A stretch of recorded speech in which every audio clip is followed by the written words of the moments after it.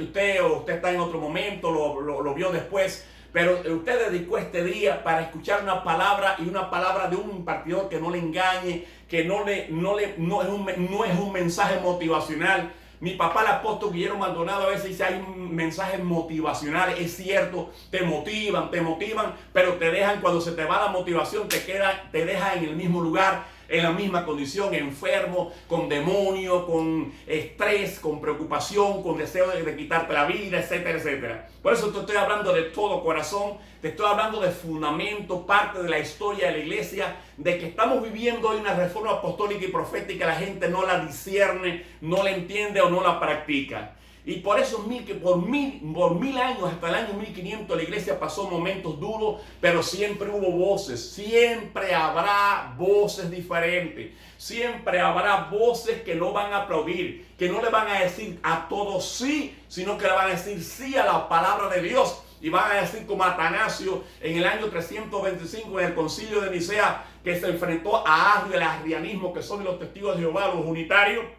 Y Atanasio, que era trinitario, él decía, alguien le dijo una vez: Atanasio, tienes a todo el mundo contra ti. Tienes a todo el mundo contra ti. Y Atanasio le respondió en latín: así sea, Athanasium versus mundum. O sea, así sea. No importa que la mayoría crea una cosa, yo voy a seguir creyendo en la palabra de Dios, es un remanente, una corriente, un fluir del Espíritu Santo. Y hay muchas herejías, hay muchos conceptos equivocados en la iglesia que son tradiciones y no palabra de Dios. Jamás Dios va a respaldar aquello que no es palabra de Él. Jamás Dios va a respaldar aquello que es añadidura humana. Jamás Dios va a respaldar métodos, costumbres y metodologías sepulcrales que no tienen su basamento en la revelación de la palabra de Dios. Y en estos mil años y luego, antes de eso incluso, Dios levantó gente, movimientos, los montanistas, un hombre llamado Montano, levantó a los valdenses de Pedro Baldo, un hombre que se atrevió a ser diferente, hizo transformación en Europa. Pedro Baldo, surgieron los valdenses, ahí surgieron también los albigenses, o unos cristianos que estaban en el norte de Francia. En el siglo XIII se fueron al sur de Francia, una ciudad llamada Albin, y entonces surgen los albigenses, los montanistas, los valdenses. Hombres de Dios se levantaron, que ya se levantaron contra ese sistema religioso obsoleto, lleno de tradiciones. John Wycliffe, Juan Hus, en Bohemia y Checoslovaquia, Jerónimo de Praga, Jerónimo Savonarola. Gente que se levantó haciendo historia, se levantaron reformadores.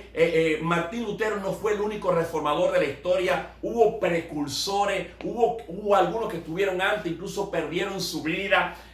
Hubo hombres paralelos a Martín Lutero que fueron aún en aspecto determinado superior a Martín Lutero en revelación. Hubo reformadores en Suiza, Ulrico Zwinglio, Erasmo de Rotterdam en Holanda, John Calvino en Holanda, en Francia, Jacobo Lefebvre, Juan Not en Escocia, Thomas Cranmer en Inglaterra. Fueron reformadores y todo desembocó en la reforma del siglo XVI.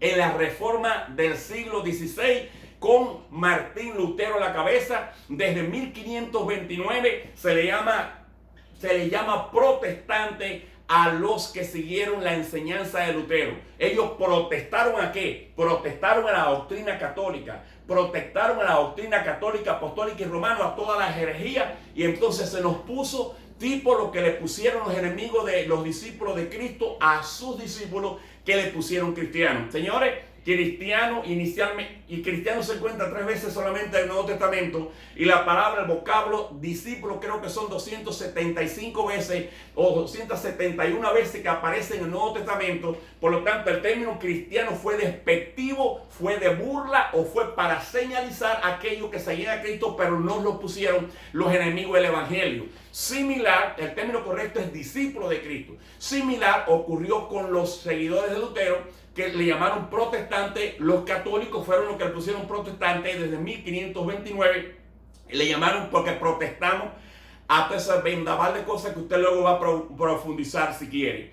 En conclusión, esta reforma de Lutero restaura 4 verdades muy interesantes. Le estoy hablando que estamos en medio de una reforma, hay gente que no lo sabe, que se llama la reforma apostólica y profética, pero que la reforma de Lutero, reforma es volver a dar forma, es reformar, es volver a dar forma a doctrina, a principios, a elementos del cristianismo que necesitan ser oxigenados urgentemente.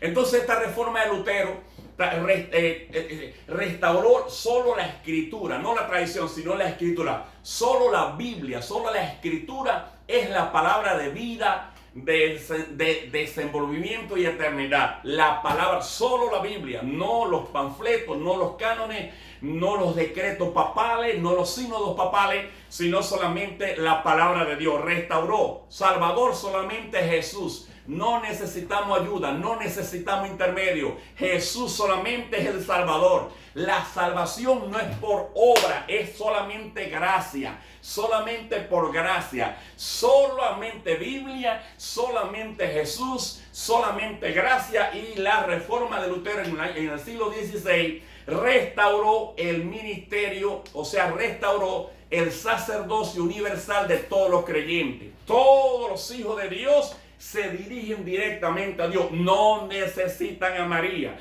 no necesitan a Lázaro, no necesitan al sacerdote católico, no necesitan al apóstol, ni al profeta, ni al analista, ni al pastor, ni al maestro para que los lleve a Dios. Ellos pueden ir directo a Dios, independientemente que estos ministerios que mencioné son bendiciones del Señor, pero que cada persona puede ir directamente a Jesús. No necesita muleta. Aleluya, sonríase si puede. Yo digo cosas difíciles de entender, no es mi problema. Le amo, sería un asesino si no le digo la verdad. Sería un asesino, sino un homicida, si no le digo los principios bíblicos. La iglesia necesita principios, necesita fundamentos para que se fundamente la palabra de Dios y podamos realizar mejor nuestro ministerio. Y entonces, en los siglos subsiguientes, siglo XVI, siglo XVII, hasta nuestros días, se restableció, se restauró la santidad que se había perdido. Era por obra, era por externalismo, era por hipocresía, por facha, por fachada, por engaño, por hipocresía. Se restauró en el siglo XVIII con Juan Wesley y todos sus discípulos lo que es la doctrina, la enseñanza de la santidad. En el siglo XIX, la sanidad divina se empieza a restaurar con las grandes campañas de Charles Finney, Jonathan Edwards y otros más. En el siglo XX, 1900 para acá, se restablece el movimiento pentecostal. Desde abril 1906 comenzó una ola terrible llamado el movimiento pentecostal, con bautismo en el Espíritu Santo, echar fuera demonios, liberación, hablar en lenguas, sanidad restaurada de nuevo, más a otro nivel tremendo. Y así sucesivamente, en los años subsiguientes se restablece la guerra espiritual, la adoración, la danza, los instrumentos musicales, los diferentes dones del Espíritu Santo. Y entonces llegamos a luego, subsiguientemente llegamos más o menos a los años 1950. Dile a tu vecino, ya no estamos en el siglo I, ya no estamos en el siglo II, ya no estamos en el siglo III, ya no estamos en 1529, ya estamos en los años 1950, la quinta década del siglo pasado, y entonces ya llegamos a una iglesia donde ya estaban funcionando. Se me olvidaba decirle que de los 5 ministerios, de los 5 ministerios, el ministerio que se restauró con la reforma de Lutero fue el de pastor. Anote eso. El ministerio que se restauró con la reforma de Lutero fue el de pastor. El sacerdote católico, el ministerio que atendía a 100 personas, ese tipo de estructura totalmente rara, extraña. Él casaba, bautizaba, enterraba, etcétera, etcétera. Eso se cambió para los que cambiaron. Los que no cambiaron siguieron con su madeja religiosa. Pero la reforma de Lutero en 1500 y tanto para acá se restaura, empieza a ejercerse ya. Surgen las iglesias nacionales, separadas de Roma, las iglesias romanas, las iglesias en Italia, las iglesias en Alemania, las iglesias en Inglaterra, etc. Y surgen las iglesias con pastores separados de una cabeza única en Roma, en el Vaticano, etcétera, etcétera. Y entonces en 1950 ya ahí, además del pastor, empiezan a restaurarse los evangelistas, el movimiento de sanidad divina, los evangelistas que empiezan a Dios a usar, Allen, Cathy Kuhlman, William Branham, hombres de Dios, Jack Coe, Aimee Semper McPherson, Mary Esther Bosworth, Charles Dowdowey, F.F. Bosworth, T.L. Osborne, Oral Roberts, o sea, en los años 50, Chambard, etcétera, empiezan a surgir los evangelistas y entonces su propio efecto, su propia fuerza producto del movimiento pentecostal, entonces ya la iglesia tenía restaurado dos ministerios, el ministerio del pastor y el ministerio de evangelista, pero faltaban otros ministerios de Efesios 4:11 que no se habían restaurado. En los años 70 se restauran 70 y por ahí se restauran los maestros. Está Kenneth Hagin, Kenneth Copeland, maestros de la palabra que enseñaron, se establecieron. La iglesia empieza a reconocer maestros más allá del que daba la clasecita de escuela dominical a los niños. Más allá que aquel que le daba el reglamento los domingos a los nuevos para aspirantes a bautizo, sino el maestro como ministerio, oficio de Efesios 4:11. En los 80 y un poquito más, se empieza a activar el ministerio de los profetas. Los profetas en la iglesia, más allá de aquel que daba profecía personal, más allá de aquel que decía el Señor dice vengo pronto, más allá del que te decía tú estás mal, arrepiéntete. No, eso es profecía personal, todos pueden profetizar, dijo Pablo. Me refiero al oficio, a la oficina del ministerio profético, con estrategia, con visión, con revelación, con herramientas para la iglesia de Cristo. Y surgen algunos profetas en los años 70, etcétera, etcétera, etcétera, etcétera, etcétera. Entonces ya en los 90 todo estaba listo, habían sido restaurados el pastor, el evangelista, el maestro, el profeta. Entonces contiguo al ministerio profético se empieza a restaurar el quinto ministerio, el ministerio que está en la misma lista de Efesios 4:11, el ministerio de apóstol. Y entonces ahí se empieza a restaurarse el ministerio de apóstol. ¿Por qué razón? A esta reforma última que ha estado ocurriendo se le llama reforma profética y apostólica o reforma apostólica, porque precisamente Dios está poniendo en su lugar a la oficina y al oficio de apóstol que no estaba siendo reconocido ni funcionando dentro del cuerpo de Cristo. Gloria a Dios. Les repetimos, retomamos la idea inicial que Dios trabaja por diseños. Retomamos la idea inicial que Dios trabaja por diseños, por modelos. Y Efesios 4:11 es el diseño, es el modelo para Dios edificar su iglesia, su única iglesia. Fíjense, Efesios 4:11 es el modelo para Dios edificar su iglesia. Y Efesios 4:11 dice tajantemente, y él mismo, dice Efesios 4:11, y él mismo constituyó a unos. Él mismo se le ocurrió a Dios, y el 1 dice apóstol, el 2 dice profeta, el 3 dice pastor, evangelista, el 4 dice pastor y el 5 dice maestro. Entonces él mismo constituyó, no le pidió permiso a nadie. No, usted es un profeta, un pastor, un evangelista, pastor, maestro, y usted no le tiene que pedir permiso a nadie. Dios le dio esa impartición, esa capacitación, hermano que me está viendo, para usted ser de beneficio al cuerpo de Cristo. 1 Corintios 12:28 también dice, y aún nos puso Dios en la iglesia. Qué interesante, aún nos puso Dios. Dios fue el que los puso. A unos los puso apóstoles, a otros los puso profetas, y así sucesivamente. Entonces, está vigente el ministerio apostólico hoy. Y esa es la gran pregunta de alguna gente que ignoran. No quiero llamarle ignorante, quiero solamente decirles que ignoran, que no saben. Está vigente el ministerio apostólico después de Cristo. Señores, los 5 ministerios para edificar la iglesia de Efesios 4:11 están vigentes no en el día de hoy, sino desde el mismo momento que Cristo ascendió al cielo. Desde el mismo momento en que Jesús ascendió al cielo, están vigentes los 5 ministerios, no hoy, sino desde ese tiempo que, como les dije, comenzó la iglesia con esos ministerios y luego se perdieron en el camino, desgraciadamente, y por eso en el día de hoy hay tantos problemas que el diablo no quiere que se reconozcan esos ministerios edificadores del cuerpo de Cristo, de la iglesia, porque si no lo edifican esos 5, Dios no lo va a edificar. Los ministerios, los 5 ministerios, estamos en la parte final y por favor escriba, anota, vuelva a ver esta programación, etcétera.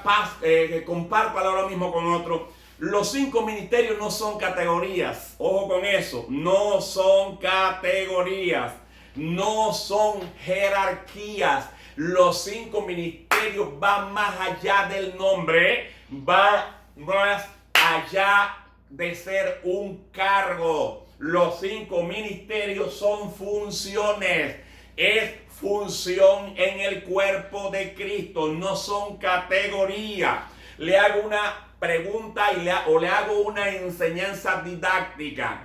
Agarre, usted quiere hacer un púlpito de madera, llámele caoba, cedro, yagruma, varía, etcétera, etcétera, etcétera. Usted quiere hacer un púlpito de madera y usted va a un bosque y mira el tipo de vegetal y usted dice, lo quiero de ese vegetal o de ese árbol.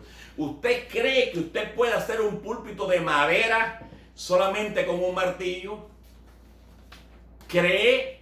¿Es capaz? ¿Sería tan osado, tan atrevido en violar usted las reglas de la ebanistería, en querer hacer un púlpito de madera nada más con un martillo? Eso es imposible. Y si lo realizara, eso sería un fenómeno. Así es, o ha sido a lo largo de los años la iglesia. Ha querido edificar, han querido los estrategas, malos estrategas, mediocres estrategas, han querido edificar la iglesia solamente con pastores. Solamente con pastores. Tal vez uno que otro evangelista y uno que otro maestro, pero no han querido reconocer a los otros ministerios edificadores del cuerpo de Cristo como profetas y apóstoles.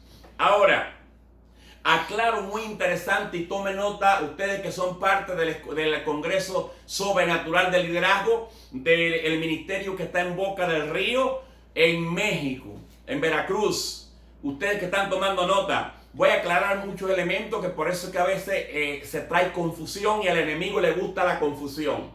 Miren, hay 2 tipos de apóstoles en la Biblia. Los apóstoles del Cordero es una clasificación, es un grupo cerrado. Y los apóstoles de la iglesia o apóstoles de la ascensión. Los apóstoles del Cordero son los apóstoles de Mateo capítulo 10 y otras partes más, que está Pedro, Juan, Andrés, etcétera, etcétera, etcétera, Felipe. Esos son apóstoles del Cordero. Hoy no hay apóstoles del Cordero que sustituyan a aquellos 12. El 12 es un número cerrado. Solamente hay apóstoles del Cordero y es un número cerrado para esa categoría. Fíjense que cuando fueron a buscar el número 12 por Judas, que traicionó, ellos fueron y dice Hechos capítulo 1 versículo 1, 21 y 26, que escogieron a 2, a un tal José y a un tal Matías. Pero Matías fue el que pusieron para completar el número 12. Hechos 1, 21 y 26. Y tenía que tener 2 características. Haber andado con Jesús desde que fue bautizado por Juan el Zambullidor hasta que él ascendió, o sea, testigo de su resurrección. Y entonces esas 2 condiciones, para ser apóstol del Cordero, tenía que cumplir esas 2 condiciones. Haber sido testigo del ministerio público de Jesús y también, número 2, haber sido testigo de la resurrección de Jesús, pero no el Jesús resucitado años después de resucitar, sino el Jesús resucitado después de resucitar en esos 50 días en esos 40 días que estuvo en la tierra después de su resurrección. Ahora, ese grupo es cerrado. Hoy no hay apóstoles del Cordero. Hoy los que se llaman apóstoles no son apóstoles del Cordero. Alguien una vez me dijo, un líder un poquito religioso, vino viejo, etcétera, me dijo, cuando comenzamos en Cuba la reforma apostólica en el año 2003, 2004, etcétera, él le dijo a un amigo mío, cuando le habló de mí, que Dios me había comisionado en lo apostólico, Dios me había confirmado en el año 2003, 2002, estando en Córdoba, Argentina, con el profeta Ronnie Chávez, Raúl Ávila y eso, en el mes de abril, allá, estaba en el Congreso Córdoba 2002, y Dios me confirmó ante 25,000 personas en Córdoba, Argentina. Le doy gracias al Señor. Vine para Cuba, yo me lo creí. Si Dios me dijo que era un apóstol y estaba haciendo ya función apostólica, ¿por qué yo voy a ser tan cobarde? No voy a reconocerlo. Se me vino el mundo encima, ataques. Finalmente, en 2003 me expulsaron, me botaron como perro, salí. Yo no sé ahora mismo explicarle cuál de las dos fue de la Asamblea de Dios. Entonces, este pastor un poquito religioso dijo, ¿habrá visto él al Señor? ¿Por qué? Porque se tiene el concepto que para ser apóstol tenía que haber visto al Señor, etcétera. Y realmente hoy los ministerios apostólicos que hay en el día de hoy son los ministerios apostólicos de Efesios 4:11. ¿Y cómo se le llaman esos apóstoles? Apóstoles del Cordero. No son apóstoles del Cordero. No son apóstoles del Cordero. ¿Y cómo se le llama? Apóstoles de la iglesia. Los apóstoles de hoy, y que en sí son los apóstoles de Efesios 4:11, son los apóstoles de la iglesia. O también se les podría llamar de la ascensión, porque comienzan a funcionar después de la ascensión de Jesús en gloria, y no son los 12 apóstoles que él erigió inicialmente. Ahora, el Nuevo Testamento menciona, es increíble esto, el Nuevo Testamento menciona, además de los 13 apóstoles que mencioné, los 12 del Cordero más Matías, que viene, quitando a Judas se queda con 12, Matías fue el número 12, menciona otros apóstoles que la Biblia le llama apóstoles en los textos respectivos, y ninguno fue del Cordero y ninguno anduvo con Jesús. Y con la excepción de Pablo, que se le reveló Jesús, pero no fue el Cristo resucitado cuando estaba en los 40 días después de resucitar, sino posterior.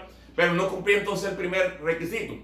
Entonces, apóstoles que menciona la Biblia: Pablo, Hechos 14:14. Bernabé también está en Hechos 14:14. Jacobo, el hermano del Señor, Gálatas 1:18 y 19. Y Hechos 15:13. Andrónico y Junias, Romanos 16:7. Timoteo, Primera de Tesalonicenses 1:1 y Primera de Tesalonicenses 2:6. Silvano o Silas también se menciona en Primera de Tesalonicenses 1:1 y 2:6. Epafrodito, que es difícil de mencionar el nombre, es un apóstol según la Biblia. Filipenses 2:25. Apolo, Primera de Corintios 4, del 6 al 9. O sea, mencioné 13 apóstoles del Cordero con tanta Judas. Pablo 14, Bernabé 15, Jacobo 16, Andrónico 17, Junia 18, Timoteo 19, Silvano Silas 20, Epafrodito 21, Apolo 22. Entonces 22, le quita 13, te queda con 1, 2, 3, 4, 5, 6, 7, 8, 9, te quedas con, así que 13, son 7, 9 más menciono aquí. 9 más, 1, 2, 3, 4, como 9 o 10 más, y no son de los del Cordero. ¿Y qué apóstoles son esos? Apóstoles de la iglesia. Impresionante. Aleluya. Ahora, porque esto es profundo, es terriblemente lindo. Ahora, cada ministerio edifica la iglesia en las características que Dios le dio. El apóstol lo edifica no por el título, el profeta y así sucesivamente. Ninguno de los 5 edifican por el título, sino que edifican por la función. Entonces, la función es lo que le da la caracterización del ministerio que la persona realiza. Así que usted que me está viendo, no se preocupe por los nombres, aunque tienen importancia, tienen valor humano. Pero lo interesante es funcionar en lo que el nombre tipifica o representa. Los apóstoles son pioneros, son precursores, llevan al futuro. Esos son los apóstoles, son precursores, hacen cosas que nadie está haciendo, hacen cosas que se van a ejecutar en el futuro. En bioquímica, un precursor es como un pie forzado. En bioquímica, un precursor en química es una sustancia que reacciona con otra sustancia para dar lugar subsiguientemente a otra sustancia, y esas sustancias solamente existirán si existe el precursor bioquímico o fisiológico. Ahora, los apóstoles son pioneros, son precursores, son sabios peritos, son arquitectos espirituales. Pablo dice: yo soy arquitecto, perito, sabio edificador. Son custodios, los apóstoles son custodios de lo sobrenatural. Son custodios, son veladores de lo sobrenatural. No es el nombre, no es el nombre. No es el nombre de maestro, no es el nombre de profeta, no es el nombre de pastor. Pastor no es un título. Si usted se llama pastor y no pastorea, usted no es pastor. Aunque quizás pastoreó, no está retirado si es pastor. Pero que si nunca ha ejercido lo que usted dice que es, usted no es eso. Por eso que los institutos no gradúan, no dan ministerio. Los institutos gradúan personas que van a descubrir el ministerio que tienen. Pero el instituto no te hace pastor, no te hace profeta, no te hace evangelista. No, eso se va a activar, va a enriquecer lo que ya tú eres. Aleluya. Gloria a Dios. Estamos terminando, me quedan minutos, segundos aquí. Desde Camagüey, Cuba, este domingo 23 de agosto. Ha sido una bendición grande hablarles. Estoy hablando de fundamento apostólico, de historia de la iglesia, de la restauración de la iglesia, de los fenómenos que han ocurrido en la iglesia, y que por eso hemos tenido una iglesia deforme, infuncional, etcétera, etcétera, etcétera. Ahora, quiero terminar, y es muy fuerte, agárrese ahora. Voy a terminar diciéndole algunas, lo escribí en uno de mis folletos, que está en una escuela profética y apostólica. Estamos dando una escuela profética y apostólica desde Bolivia a un grupo de estudiantes de Bolivia, escribir material, y otros países también online, pero también grupos cerrados. Algunas de las transformaciones que ha hecho o está haciendo o tiene que hacer la nueva reforma apostólica para que la iglesia sea apostólica. Aclaro a los pastores que me están viendo, aclaro a los ministerios que me están viendo. Usted no tiene que ser un apóstol ministerial para que su iglesia sea apostólica. Usted no tiene que ser nombrado apóstol para que entonces su ministerio sea apostólico.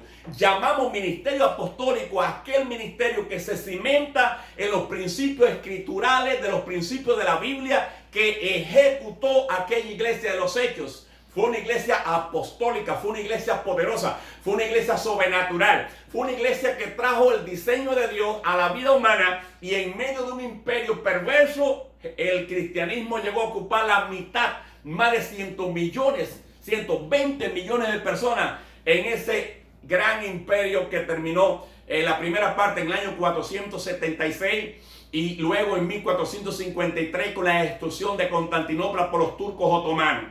Entonces, ahora, algunas de las transformaciones que ha hecho la nueva reforma apostólica, fíjense, hace o tendrá que hacer para que sea reforma. Le estoy diciendo que estamos en la reforma apostólica. Le estoy diciendo al pastor, al líder de casa de paz, al anciano, al diácono, que tiene que acelerar, porque estamos en una reforma. Un paréntesis, alguien me dijo: ¿por qué a usted le gusta reformar tanto? Deja la iglesia como está. Le dije: no, la iglesia no puede quedarse como está. ¿Sabe por qué? Porque apenas habrá tal vez un 18% de cristianismo en el mundo. Y si usted a 100 le quita 18, se queda con 82. Y significa que hay un 92, hay un 82% de gente perdida en el mundo. Y precisamente mientras los pastores, mientras los ministerios, mientras los líderes conciliares, mientras los líderes de red apostólica sigamos bobeando y sigamos comiendo menta, masticando menta y no preocuparnos por el reino, la iglesia seguirá siendo minoría. Por eso que necesitas reformar métodos, acelerar métodos para llegar al diseño que Dios quiere. Y con su iglesia que está en la Biblia, pero estamos miopes, ciegos, acéfalos, sordos, mudos y no lo queremos ver. Aleluya. Algunas de las transformaciones que ha hecho la nueva reforma apostólica. 1. De cultos rancios y muertos a celebraciones alegres. No voy a repetir para acelerar. 2. De cánticos, de canciones de alabanzas trilladas y viejas, alabanza y adoraciones espontáneas y ungidas. 3. De departamentos y cargos a ministerios funcionales. De departamentos y cargos que realmente han sido cargas para los líderes a ministerios funcionales. De testimonios lastimeros, que en vez de testimonio, en vez de ser historia de fe, son testimonios lastimeros a historias contagiosas positivas de fe. De miembros pasivos sentados en las bancas, a discípulos activos y productivos. De iglesia encuevada en las 4 paredes a iglesia que afecta a todos los tejidos sociales: arte, cultura, política, deporte, ciencia, negocio, etc. De pastores jefes y verdugos de la gente a padres genuinos restauradores de la gente. Aleluya. Eliminación de todas las festividades y costumbres incorporadas del paganismo.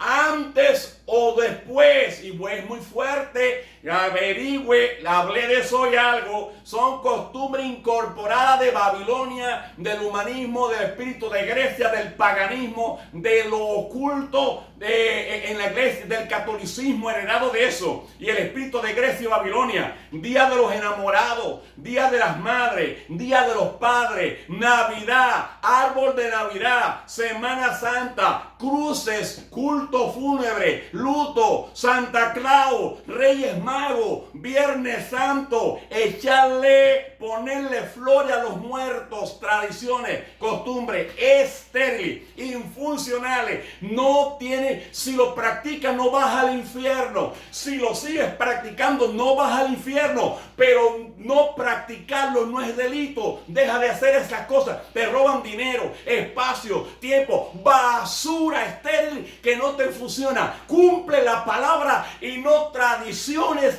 infértiles, muertas, sepulcrales, estériles, nauseabundas, cloróticas. Jesús dijo, ustedes dejan el rema, ustedes dejan de aplicar la palabra por vuestras costumbres, por vuestras tradiciones, por vuestros frascos, no sé cómo, la palabra, Marcos 7, 8, 9 y 13, etcétera. Del niño de Belén en el pesebre al león resucitado de la tribu de Judá. Aleluya. Hay gente todavía con el niño del pesebre, con el arbolito de Navidad, con los animalitos del arbolito. El Cristo nacido no servía para salvar, no servía para sanar, no servía para perdonar pecados. Era el Cristo resucitado, más que el del niño de Belén, más que el niño aquel de chiquitillo que estaba por allá entre animales. Ese todavía no funcionaba. Adore y glorifique al Eterno, al que resucitó. ¡Aleluya! De actitud pasiva ante la enfermedad a actitudes agresivas de lo sobrenatural, de mentalidad evangélica de pobreza a actitud bíblica de abundancia y prosperidad, de vivir de los recuerdos del pasado a ser